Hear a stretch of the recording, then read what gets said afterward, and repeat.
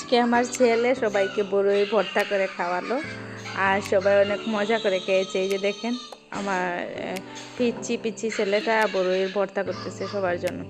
আসসালামু আলাইকুম এভরিওয়ান, আশা করি আপনারা খুব ভালো আছেন। আল্লাহর রহমতে আমিও খুব ভালো আছি।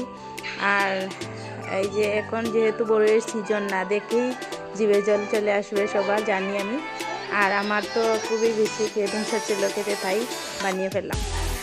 আর বড়ইয়ের সিজন প্রায় শেষের দিকে কিছু বড়ই দিয়ে আমি ভর্তাটা বানিয়েছি।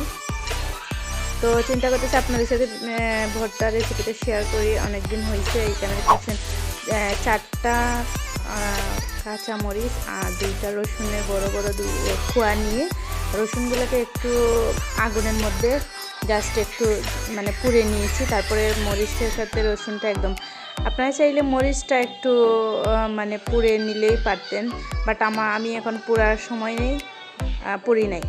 আপনারা চাইলে পুড়িয়ে নিতে পারেন, এটা একটা অন্য ধরনের টেস্ট হয়, বাট এইরকমও অনেক ভালো টেস্ট আসে। আর এখানে অনেকগুলা ফ্রেশ ধনিয়া পাতা নিয়েছি।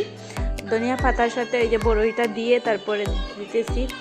এখন ওইটা বাটনির সাহায্যে এটা একদম বেটে নিব। তো একটা দেওয়ার পর আর একটা আমার বোন আমাকে হেল্প করতেছে। আর এখানে দেখতে পাচ্ছেন যে হয় না, তারপরে জুড়ে দিতে হয়। আর আমি এখানে দিতেছি না, আমি রেডি করে দিয়ে দিচ্ছি। আমার বোন এগুলা বাটনি দিয়ে বাটতেছে। আর দেখে জিভে জল চলে আসছে, তো সুন্দর লাগতেছে মাশাআল্লাহ, আর খেতেও খুব দারুণ হয়েছে। তো চিন্তা করলাম আপনাদের সাথে শেয়ার করি। তো আশা করি আপনাদের কাছে ভিডিওটা ভালো লাগবে। আর অনেকগুলা বড়ইয়ের কারণে একদম বাটনাটা ভরে দেই নাই, তারপরে কিছু কমায়া রেখে দিয়েছিলাম। কারণ যেহেতু আমরা সবাই বড়ই ভর্তাটা খায় না, শুধু আমি আর আমার আম্মা খাবো। তো এই জন্য অনেকগুলো বড়ই নিয়েছিলাম, তারপরে আবার কমাই দিছি।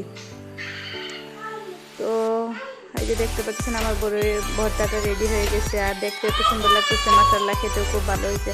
তো এত সময় আমার সাথে থাকার জন্য অসংখ্য ধন্যবাদ। সবাই ভালো থাকবেন, আল্লাহ হাফেজ।